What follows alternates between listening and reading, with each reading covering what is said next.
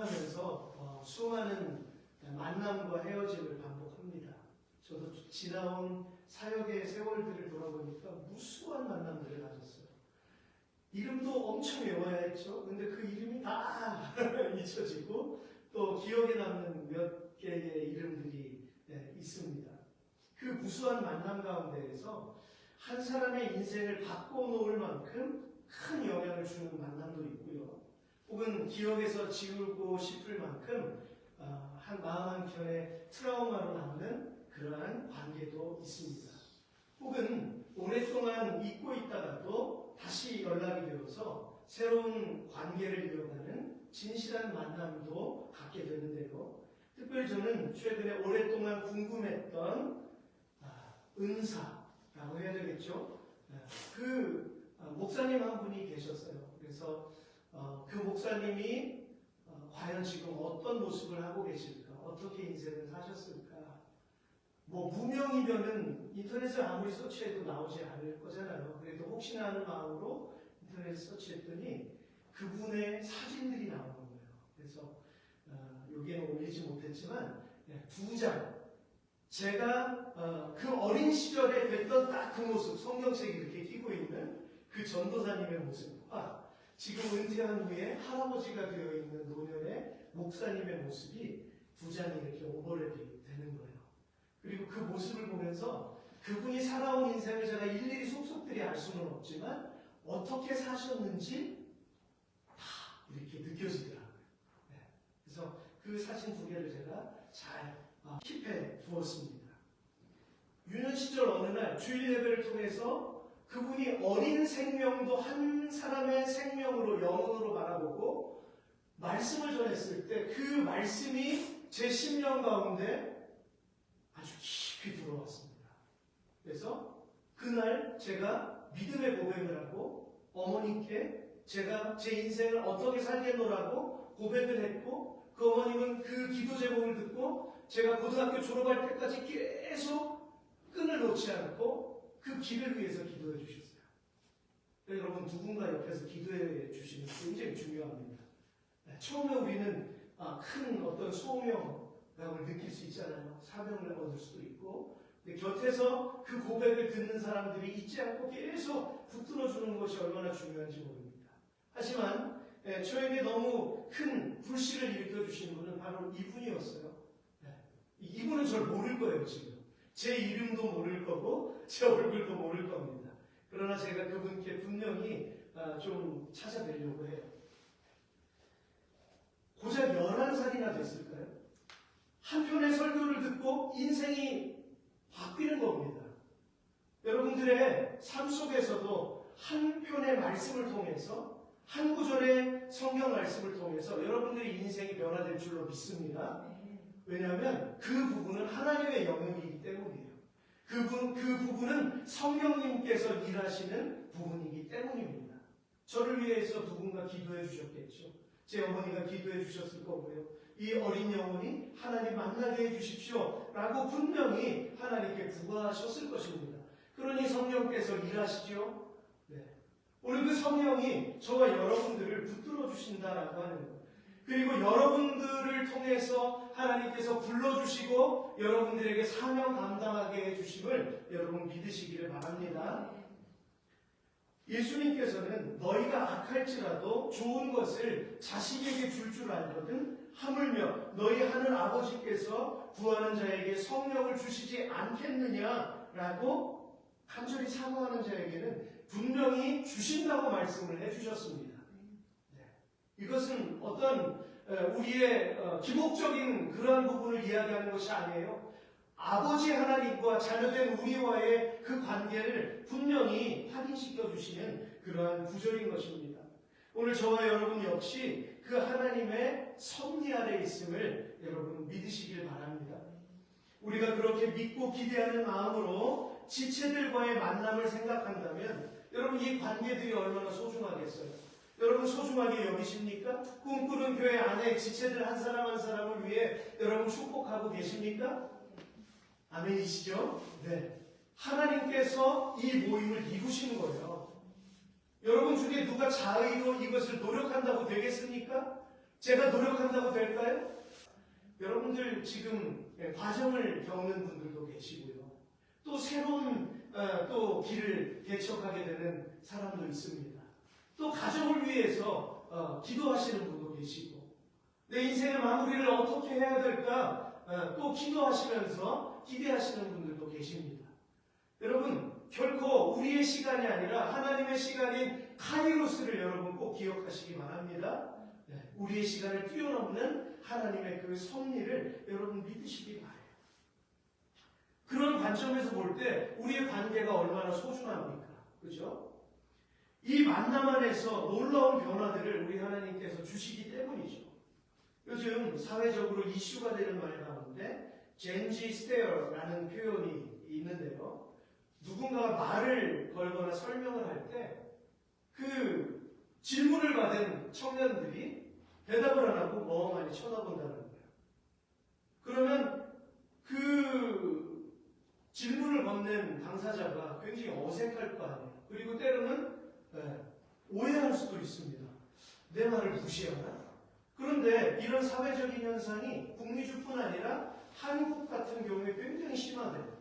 그래서 이 젊은 세대를 알지 못하는 어른들은 굉장히 당혹스러운 마음을 가진다고 합니다. 이 북미주도 있다고 하는데, 그러나 여기는 워낙 개인주의 성향이 강하다 보니까 하나의 스타일로 그냥 넘기는 경우가 많대요. 뭐 크게 의식하지 않고. 그러나 한국 같은 경우에서는 예의범주를 중요시 여기는 나라잖아요. 그러니까 이러한 문화적인 현상이 감당이 안 되는 거예요. 현재 교수로 재직 중인 이호선이라는 분, 여러분 혹시 이분 강의 들어보신 분 계십니까? 이분이 쓴 책에 나이 들수록이라는 책이 있습니다. 이 저서에서 5가지를 강조하는 것을 볼 수 있는데요. 첫 번째는 이 손절의 시대에서 서로를 지켜주는 끈끈한 네트워크의 시대가 되어야 한다. 그리고 두 번째는 자신의 부족함과 약점까지도 품을 수 있는, 먼저 내 자신에게 친절한 사람이 될 때에, 내 자신에게 솔직한 사람이 될 때에 다른 사람에게도 관계를 이어갈 수 있다라고 이야기했고요.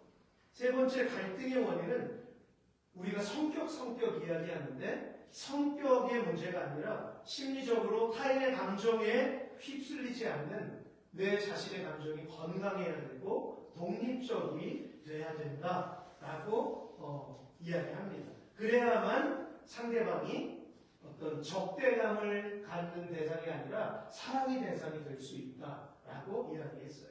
그리고 네 번째로는 친구는 최고의 정서적인 연금이기 때문에 진실한 친구를 만들어야 한다. 마지막 5번째는 삶의 에너지, 우리가 쏟는 에너지가 있잖아요. 80%, 50%, 30%로 나누어서 적절하게 분배하는 그러한 부분이 있는데, 첫 번째가 바로 꼭 껴안아줄 수 있는 핵심 관계, 가장 가까운 80%의 에너지를 쏟을 수 있는 관계, 그리고 두 번째는 50%로서 서로를 도와줄 수 있는 멘토의 관계, 그리고 마지막 세 번째는 안정감을 주는 가벼운 교제와 만남을 갖는 그 관계. 이렇게 에너지를 분배해서 소중한 관계들을 끊어내는 것이 아니라 적절하게 분배해서 끈끈하게 유지시켜주는 것이 참 필요한 세대다. 이렇게 이야기하는 것을 제가 보았습니다. 결론적으로 이 저자의 강조점은요, 인생을 행복하게 살아가는 비결이 무조건 끊어내거나 모든 것을 그냥 무지하게 참고 견디는 극단적인 선택에 있지 않고요, 자신에게 솔직하고 친절해서 주변의 관계들을 건강하게 만들어 나가라는 것입니다. 근데 이게 제가 원하는 메시지는 아니고요, 주님이 원하는 말씀에 조금 근접하기는 하지만 그것은 아닙니다. 저는 이분이 강조한 정서적인 연금, 이모셔널 펜션, 여기에 친구라는 영역을 두는데요. 저는 이 친구의 영역에 퍼스트로 예수 그리스도를 모셔야 된다고 그렇게 믿습니다. 아멘이시죠? 왜냐하면 제가 이렇게 인생을 살면서 경험했을 때 믿음 안에서 살려고 부림쳐 보았을 때 가족조차도 때로는 내가 100%다 오픈하지 않을 때가 있습니다. 왜냐하면 상대방을 생각해서 내 안에서 그냥 소화해야 되는 그런 부분도 있고요. 그리고 또 굳이 말해야 될 때는 또 이야기하기도 하고 하는데 이 모든 것들을 누구에게 쏟아놓습니까? 바로 예수 그리스도께 쏟아놓는 거예요. 다윗처럼. 그죠? 주님 앞에 내 모든 것을 다 쏟아놓을 수 있는 그 관계는 오직 하나님 한 분밖에 없다라고 하는 것입니다. 그래서 우리에게 있어서 정서적인 연극은 예수 그리스도다라고 하는 것이죠. 저도 친구가 있습니다. 그러나 친구도 젊을 때 한때고 그 영역들이 점점 개인별로 다 넓어지잖아요. 품어야 될 사람도 많아지고 지켜야 될 것들도 많아지고 하다 보니까 점점 관계가 에너지를 쏟아야 될 부분들이 점점 나누어지는 이러한 것들을 우리가 보게 됩니다. 그 영역 가운데 예수 그리스도가 중심에 서 계셔야 한다는 것이죠. 그러므로 요한복음 17장 21절에서 주님이 이렇게 말씀하세요. 아버지여, 아버지께서 내 안에 내가 아버지 안에 있는 것 같이 그들도 다 하나가 되어 우리 안에 있게 하사 세상으로 아버지께서 나를 보내신 것을 믿게 하옵소서. 이게 주님의 간절한 바람이셨습니다. 주님께서 아버지와 함께 하신 것처럼 아버지가 여러분들과 함께 하시는 것을 우리 주님은 너무나 간절히 원하고 계시다라고 하는 것이죠. 가나안 땅은 주시겠다라고 말씀하시면서 그러나 나는 너희와 같이 올라가지 않겠다라고 선언하셨어요. 깜짝 놀랐죠, 모세는. 왜 그러셨을까요? 그 전에 어떤 상황이 있었냐면 이스라엘 백성들이 고작 모세가 시내산에 올라갔던 40일을 못 참아서 아론을 부추겨서 금송아지를 만들잖아요. 이 금송아지 앞에서 뛰노는 모습을 상상해 보십시오. 하나님께서 이제까지 이끌어오신 백성들이 하나님을 배반한 거예요. 아론마저도 실망을 시킨 겁니다. 모세는 너무 화가 나서 어떻게 했습니까? 두 돌개명이 그냥 깨트려 버렸잖아요. 던져서. 그만큼 이 배신감이 극에 달하는 겁니다. 하나님께서 당신의 형상으로 창조하신 인생이 다시 한번 어떻게 살려보려고 하나님께서 애를 써주셨는데도 이 사람들은 그걸 깨닫지 못하고 자기 길로 그냥 치닫는 것입니다. 이스라엘 백성들은 그 하나님의 임재 앞에서 공포에 사로잡혔습니다. 모세가 이때 회막 안으로 들어간 상황을 묘사하고 있어요. 사람이 자기의 친구와 이야기한 같이 여호와께서는 모세와 대면하여 말씀하시며 하나님과 모세가 얼굴과 얼굴을 마주대고 대면했다. 사람이 하나님과 그렇게 친근한 관계가 될 수 있다는 것을 오늘 보여주신 것입니다. 예수님께서 저와 여러분과 함께 하시다는 것을 이미 예표해 주신 거예요. 모세는 연약한 인간 아닙니까? 그래서 모세는 하나님께 매달렸습니다. 15절에 보면 주께서 친히 가지 아니하시려거든 우리를 이곳에서 올려보내지 마옵소서. 모세도 결단하는 거죠. 근데 모세에게 중요한 것이 무엇이었을까요? 모세는 사실 그렇잖아요. 이미 광야 생활 그렇게 할 만큼 했고 40년은 애국 땅에서 이미 왕자로서의 삶을 그만큼 누렸잖아요. 그러니까 이 정도 나이면 더 이상 바랄 게 없는 거예요. 그런데 하나님의 사명 때문에 계속해서 나머지 40년을 이렇게 같이 걸어가는데 이스라엘 백성들이 이렇게 배반했을 때 모세의 마음이 어땠을까요? 그런데도 불구하고 모세는 그들을 중보했다라고 하는 사실입니다. 끝까지 중보했습니다. 그리고서 이렇게 결단하는 마음으로 주님 앞에 주님 안 가시면 나도 안 가겠습니다 라는 이 고백의 의미가 무엇입니까? 가나안 땅은 자신에게 중요하지 않다는 거예요. 무엇이 중요합니까? 주님과 동행하는 것.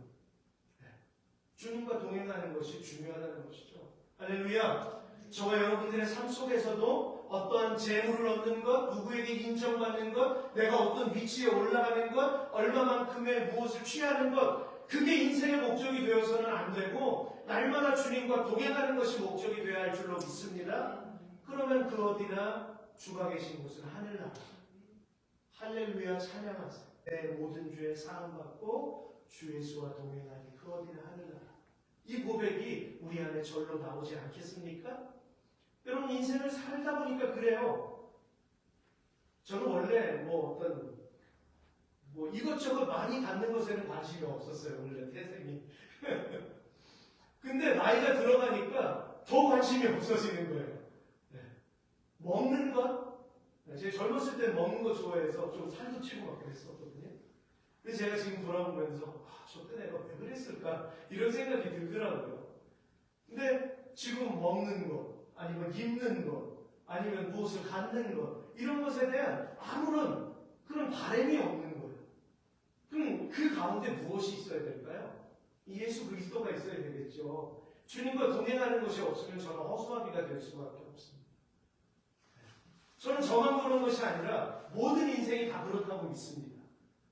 젊을 때 하나님 앞에 훈련하는 것이 얼마나 중요한지 몰라요. 나이 들어서 훈련한다고요? 아니요, 안 돼요. 이건 습관이기 때문이에요. 영적인 루틴은 우리에게 너무나 중요합니다. 그래서 저와 여러분들이 주님과 동행하는 것을 올해에는 꼭 확인하시길 바랍니다. 오늘 저와 여러분이 교회됨을 확인하며 함께 예배하는 이유는 우리의 삶 가운데 말씀이 뿌리 내려져야 하기 때문입니다. 그런데 말씀 가운데 뿌리를 내리지 못하는 사람들은 어떻게 될까요?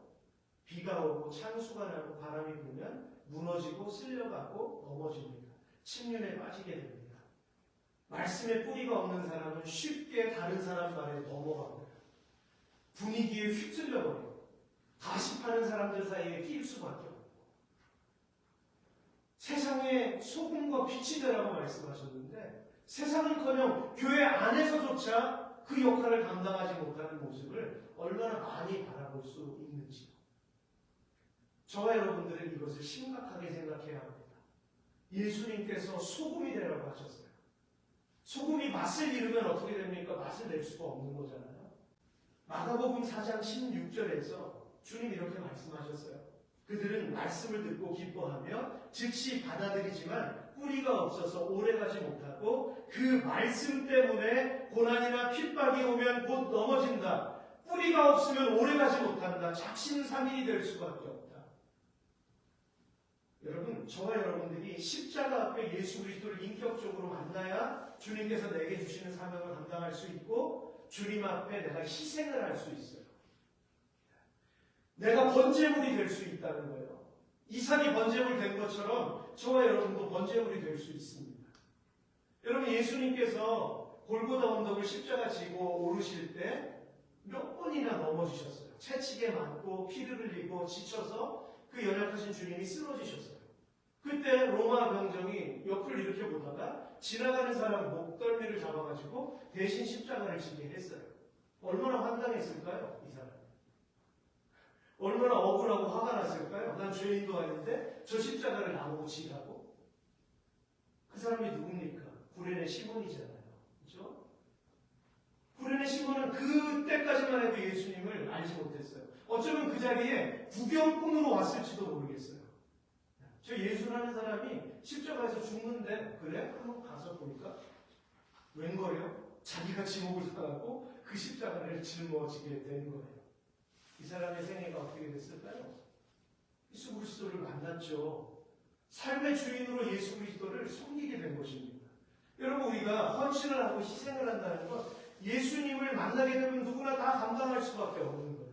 그러나 말씀에 뿌리가 없으면 어떻게 될까요? 헌신과 희생은 짐이 되는 거예요. 여러분들의 인생을 짐으로, 예수님을 믿는 것을 짐으로 생각하지 않기를 바랍니다. 저도 저의 사역이 짐이 되지 않기 위해서 주님 앞에 날마다 기도합니다. 이것이 그냥 의무가 되지 않게 해주십시오. 내가 목사니까 그냥 목사로 이 생을 마감하기 위해서 그냥 누구나 같이 걷는 그 길로 가지 않게 해주십시오. 여러분 십자가는 내게 주신 생명이고 선물이고 사랑이고 은혜입니다. 루포의 아버지 구레네 시몬.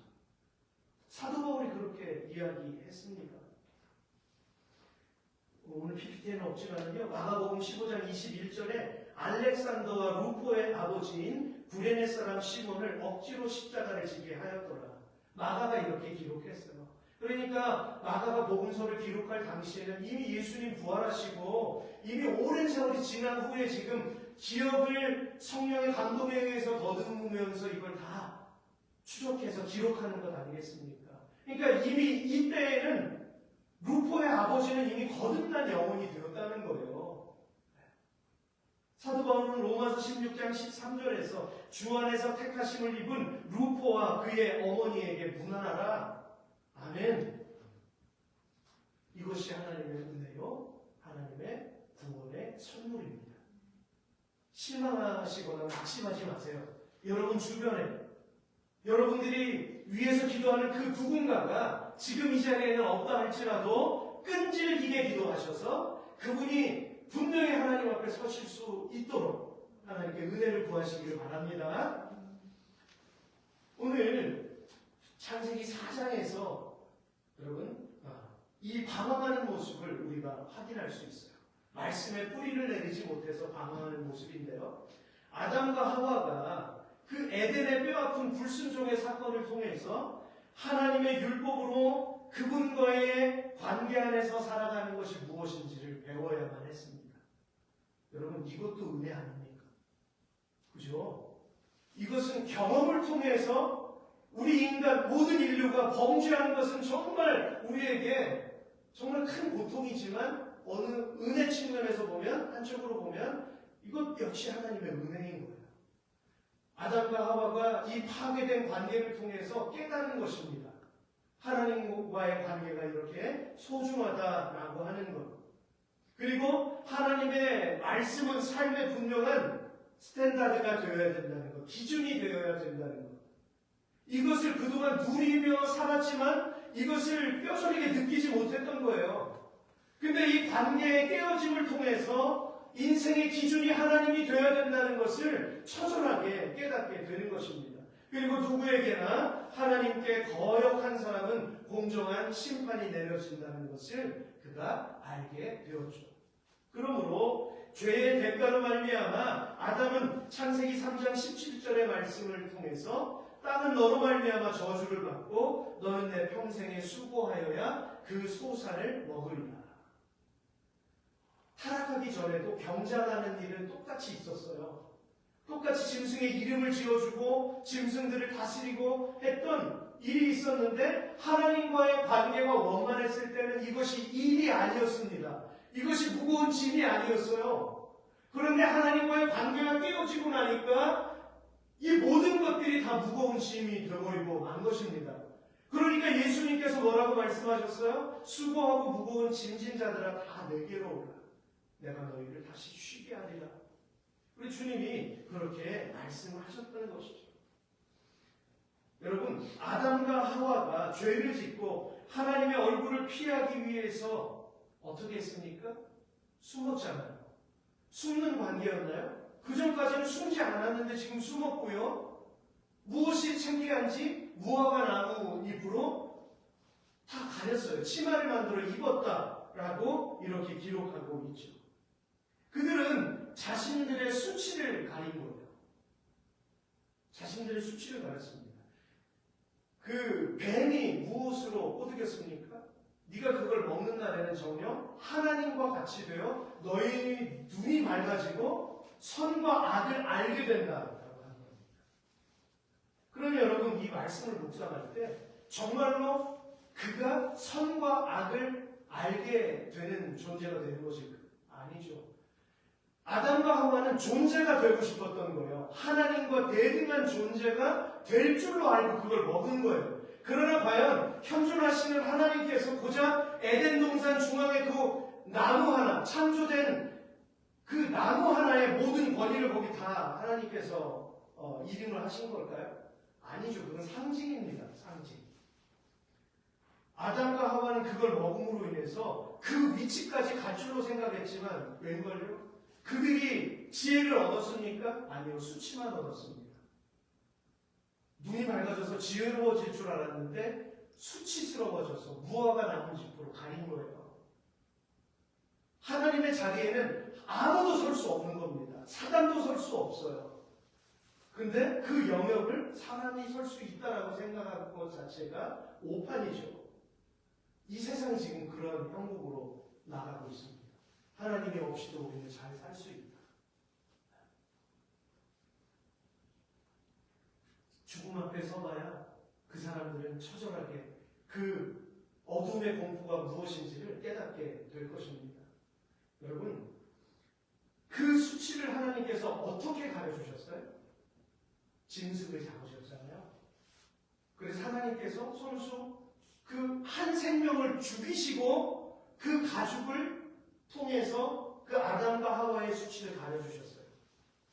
아담과 하와는 자신들 스스로가 자신의 부끄러움을 가릴 수 있다라고 생각하고 무화과 잎을 엮었지만 그러나 그걸로 가릴 수가 없었고 하나님께서 가려주셨어야만 가려줄 수 있는 거예요.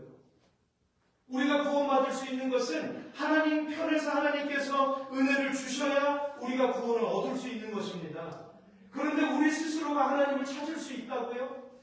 지금 연합운동이 막 한참 일어나고 있어요. 생각이 어디 갔는지 기독교인들, 지도자들이 온 세상 모든 종교가 연합해야 된다라고 엉뚱한 이야기들을 하고 있어요. 이건 뭡니까? 바벨탑을 우리가 쌓아서 하나님과 같아지자. 무화과나무 잎을 엮어서 수치를 가려보자. 될까요? 안 되잖아요. 하나님께서 전적인 은혜를 주셔야 구원을 얻는 것입니다. 그런데 세상은 너무 무지해져서 너무나 어리석은 믿는 사람들조차도 이런 행동을 하고 있는 거예요. 무엇이 빠져버렸을까요? 말씀의 뿌리를 내리는 것이 없어져 버렸기 때문에. 왜냐하면요, 이미 많은 것들을 가지고 있거든요. 그러니까 사람이라는 존재가 얼마나 연약하고 악한지 무엇인가 내가 좀 채워져 있다라고 하면 느슨해져요. 하나님과의 관계도 마찬가지예요. 그러니까 여러분 조심하셔야 됩니다. 내가 지금 안전한 삶 가운데 있다고 생각하는 거 경계하셔야 됩니다. 오죽하면 사도 바울이 자기는 정말 명성이 있던 자였고 길리기아 다소에서 태어났고 로마 시민권을 가졌고 시민권증만 보여주면 다 통과되는 이런 사람이었어요. 근데 초기와 같이 이런 걸 다 벗어버렸어요. 다 버렸어요. 버리고 내 자신을 쳐서 주님 앞에 복종시킨다고 했어요. 그리고 그의 인생을 어디에 바쳤습니까? 계속 떠돌이처럼 3차 선교여행을 통해서 인생을 다 하나님께 올려드렸지 않습니까? 사도 바울도 그렇게 싸운 거예요. 하물며 저와 여러분이 있습니까? 우리처럼 연약한 사람이 싸워야 되는 것이죠. 우리 스스로는 하나님 앞에 가릴 수가 없습니다. 보세요. 하나님께서는 이 사람들의 수치를 가리기 위해서 어떤 짐승이 한 마리인지 두 마리인지는 모르겠지만 짐승들의 희생을 하나님께서 행하신 것입니다. 아담과 하와의 죄 때문에 한 짐승이 희생을 당한 것입니다. 그래서 아담과 하와는 그때부터 하나님 앞에 이 예배를 배우고 알게 된 거예요. 그래서 창세기 3장으로 넘어가면 어떻게 됩니까? 하나님 앞에 희생 제물을 드리는 이 예배를 드리게 된 것입니다. 숨는 것이 능사가 아니라 숨는 것이 하나님 앞에서 내 수치스러운 죄를 가리는 것이 될 수 없다는 것을 깨달은 거예요. 그래서 죄는 지었지만 하나님 앞에 나와서 하나님 앞에 한 짐승을 바치면서 자신의 죄를 생각하고 회개하면서 하나님 앞에 예배드리는 삶을 만들어 나가기 시작했습니다. 그의 쓰라린 죄의 악 때문에 하나님께서는 그 과정들을 하나하나 가르쳐 주신 것이죠. 그러므로 가인과 아벨이 드렸던 그 예배도 얼마든지 하나님의 말씀을 듣고 그분을 향한 믿음이 뿌리 깊게 내려질 수 있었죠. 그렇지 않겠습니까? 아버지 어머니가 날마다 얘기했을 것 아니에요. 아이들은 질문했을 거. 우리가 왜 이렇게 살게 되었나요? 수치스럽지만 자녀들에게 에덴에서 있었던 이야기들을 다 이야기해주고, 자신들을 위해서 짐승이 죽은 것, 하나님이 가죽옷을 입힌 것 다 이야기해 주었을 것 아니겠습니까? 그럼 그렇게 배웠는데도 이 두 사람이 나누어지는 거예요. 그러니까 그 안에 자유의지가 있는 겁니다. 하나님께서 우리 인생에게 주신 자유의지가 작용을 하는 거예요. 가인은 하나님의 조언을 무시하고 그분의 인정만 받으려고 안간힘을 썼습니다. 그 인정이라고 하는 게 그냥 그 칭찬이잖아요. 그죠? 예배 잘 드렸으니까 하나님 기뻐해 주세요. 복 주세요. 기복적인 이런 것 아니겠습니까? 그것밖에는 안중에 없었습니다. 그리고 그 결과는 바로 예배 행위에서 드러나게 되었고요. 하나님은 그분이 정해놓은 은혜의 기준에 따라 드려진 동생 아벨의 예배를 받으셨다는 거예요. 여기는 하나님의 기준입니다. 하나님의 기준에서 가인이 범죄했구나. 하나님은 하나님의 뜻대로 예배를 드리지 않은 가인에게 거절이라고 하는 그 상실감을 주셨구나 라고 하는 것이죠.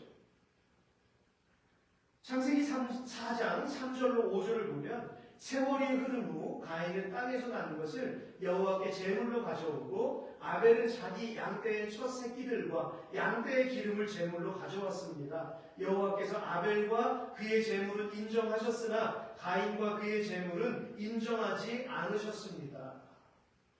무엇이 문제였을까요?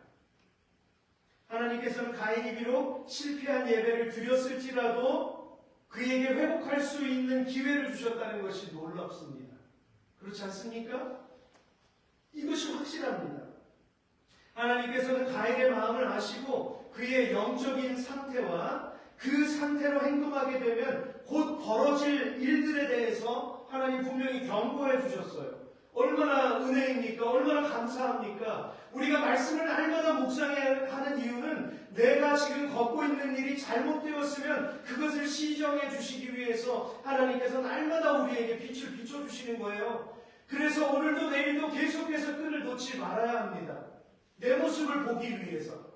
오늘 가인은 그것에 실패했습니다. 하나님 음성 들려주셨어요. 피할 길을 주셨어요. 근데도 그걸 선택하지 않았습니다. 가인. 이것이 인간의 죄성인 것이죠.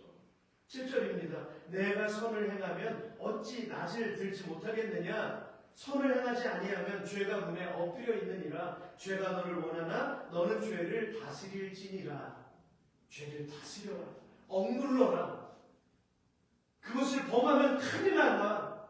나와의 관계가 완전히 무너진다. 하나님께서 지금 그렇게 말씀하시는 거예요. 하지만 가인이 선택한 것은 무엇입니까? 결국 동생을 죽이는 살인을 저지르고야 말았다는 사실이에요.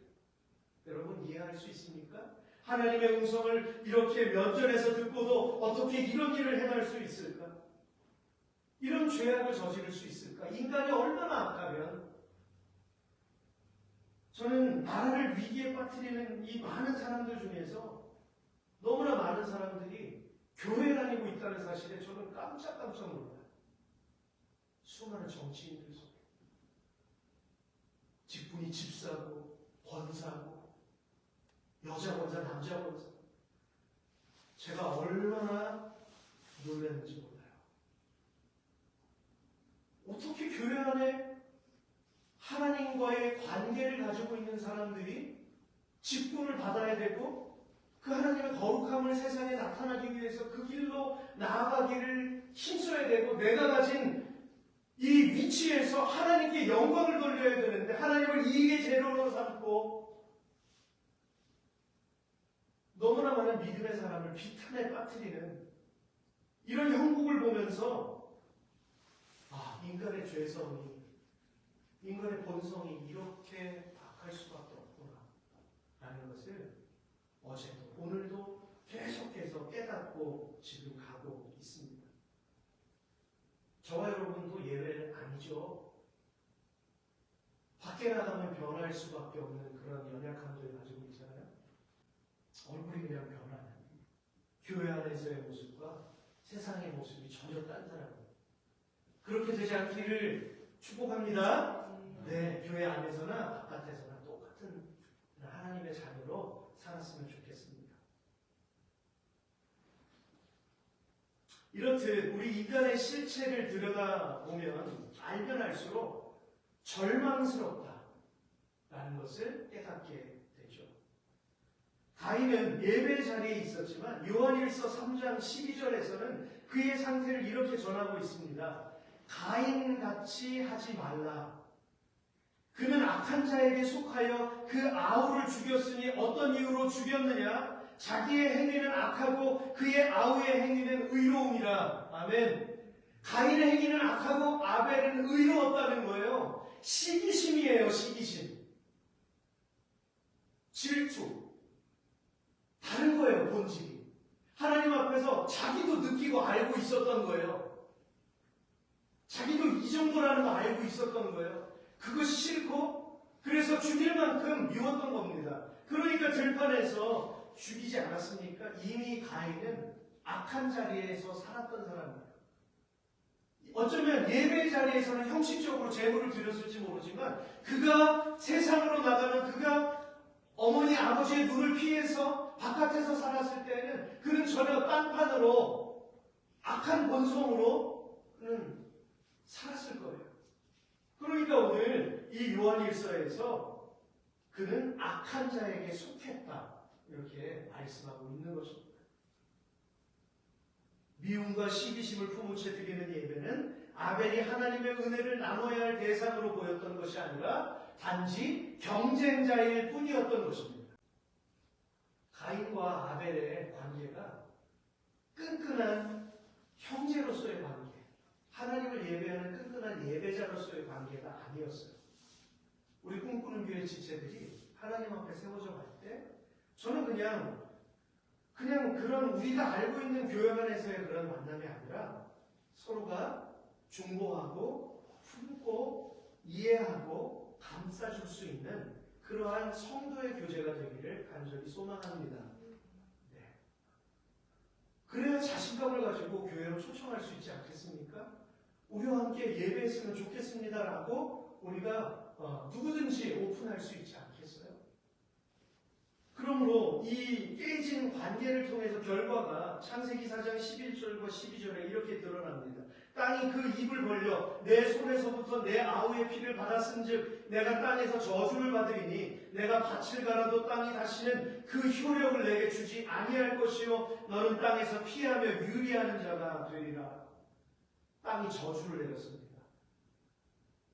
이전에 땅이 아니라 땅이 저주를 받았다는 거예요. 사람 때문에. 그래서 바위를 끄집어내고 꼭대기질을 해가지고 힘을 들여서 땀을 흘려야 얻을 수 있게 됐다라는 것이죠. 땅이 다시는 이전의 효력을 바라지 않는다. 너는 하나님을 피하여 유리하는 자가 될 것이다. 방황하는 자가 될 것이다. 이렇게 말씀해 주셨어요. 사랑하는 성도 여러분, 만약 말씀 안에 뿌리를 내리지 못하면 그리스도인들은 스스로 실족할 수밖에 없습니다. 많은 재능을 가지고 오랫동안 교회를 다니며 헌신을 했다 할지라도 사람들로부터 인정을 받지 못한다거나 상처를 받는다거나 관계가 소원해지면 모든 것이 깨지고 교회를 떠나거나 방황하는 이런 일들이 얼마나 많이 있는지 몰라요. 가난한 성도들이잖아요. 온전한 교제가 이루어지지 않고 그냥 화면 앞에서만 근근히 예배를 이어가는. 여러분 그거 온전한 예배 아닙니다. 예수 그리스도를 주로 고백하는 자들의 모임이 그 한 사람 한 사람, 교회 한 사람 한 사람이 모여서 공동체를 이루는 거예요. 건물이 교회가 아니라 살아서 꿈틀대는 내 심령이 하나님 앞에 교회인 것입니다. 가인은 급기야 어떻게 변명을 합니까? 하나님, 당신이 나를 버렸기 때문에 내가 안정된 삶을 살 수가 없습니다. 모든 관계가 하나님 때문에 어그러졌어요. 사람들이 자신을 거절하고요. 이제 배척하게 될 것입니다. 나를 죽이려고 할 것입니다. 뭡니까? 피해의식에 사로잡힌 거예요. 그러니까 하나님 얼마나 긍휼하신 하나님이십니까? 그럼 돌이켜야죠, 다시. 돌이키지 않았어요. 에덴의 동쪽, 에녹성을 만들었습니다. 자기 아들의 이름을 따라서 그는 그 성에 깊숙이 숨어서 살았어요. 그러므로 히브리서 11장 4절에서는 가인과 아벨이 드린 예배의 차이를 정확하게 설명하고 있습니다. 믿음으로, 우리 같이 한번 읽어볼까요? 시작! 믿음으로 아벨은 가인보다 더 나은 제사를 하나님께 드림으로 의로운 자라 하시는 증거를 얻었으니 하나님이 그 예물에 대하여 증언하심이라. 그가 죽었으나 그 믿음으로써 지금도 말하느니라. 아멘. 그렇습니다. 믿음의 문제입니다. 할렐루야. 믿음이 없이는 하나님을 기쁘시게 하지 못하나니 그에게 나아가는 자는 하나님이 계시다는 것을 확신하는 자여야 한다는 것입니다. 말씀을 마무리하겠습니다. 사랑하는 성도 여러분, 말씀의 뿌리를 내리지 못한 아담과 하와의 관계가 어떻게 바뀌었나요? 그 전까지는 평등하고 서로 돕는 대필이었어요. 그죠? 분명히 성경에 나오잖아요. 그런데 이제는 종속 관계가 되었어요. 여자는 남자의 보호를 받는 종속적인 관계가 되어버리고 말았습니다. 갈등의 관계로 변질된 거예요. 지금. 아담에게 물으니까 아담이 하나님께서 저에게 주신 저 여자가 나한테 이것을 주어서 내가 먹었습니다. 핑계대잖아요. 그리고 이 여자는 저 뱀 때문에 내가 먹었습니다라고 자꾸 책임 전가를 하잖아요. 계속. 관계가 깨져버린 겁니다. 그 선악과를 먹은 거 말이야. 말씀의 뿌리를 내리지 못함으로 말미암아 서로 이렇게 지적할 수밖에 없는, 판단할 수밖에 없는. 그러니까 아담과 하와의 범죄로 선악과를 먹음으로 말미암아 오늘날 이 현 시대의 교회 가운데서 세상을 살면서 우리가 매일매일 경험하게 되는 것이 무엇입니까? 판단이잖아요. 서로 막 판단하는 거잖아요. 그죠? 자기가 그 자리에 서서 선과 악을 막 판단하고 하나님의 자리에 서는 겁니다. 이전까지 노동은 기쁨이었어요. 형제님 기쁘시죠? 네, 일하는 건? 노동은 신성한 겁니다. 하나님이 주신 기회고 젊음을 정말 달릴 수 있는 그러한 하나님 주신 은혜인 거예요. 근데 아담과 하와가 그 전에 에덴에서의 모든 일하는 삶은 다 기쁨이었어요. 그런데 이것이 이제 고역이 된 거예요. 눈물을 흘리고 땀을 흘리고 씨를 뿌려야 고통스러운 과정을 통과해야 얻을 수 있게 되었던 것입니다. 가인은 여호와 앞을 떠나 하나님을 멀리 떠나서 하나님과 관계가 끊어진 이러한 삶을 살았다. 그러므로 골로새서 2장 6절과 7절에서는 이렇게 말씀합니다. 그러므로 너희가 그리스도 예수를 주로 받았으니 그 안에서 행하되 그 안에서 행해라. 그 안에 뿌리를 내려라. 그 안에 뿌리를 박으며 세움을 받아 교훈을 받은 대로 믿음에 굳게 서서 감사함을 넘치게 하라. 아멘. 말씀에 뿌리를 내리는 것 이퀄 뭡니까? 감사하는 거죠. 감사할 수 있는 저와 여러분 될 수 있기를 주의 이름으로 축복합니다. 우리 같이 기도하시겠습니다.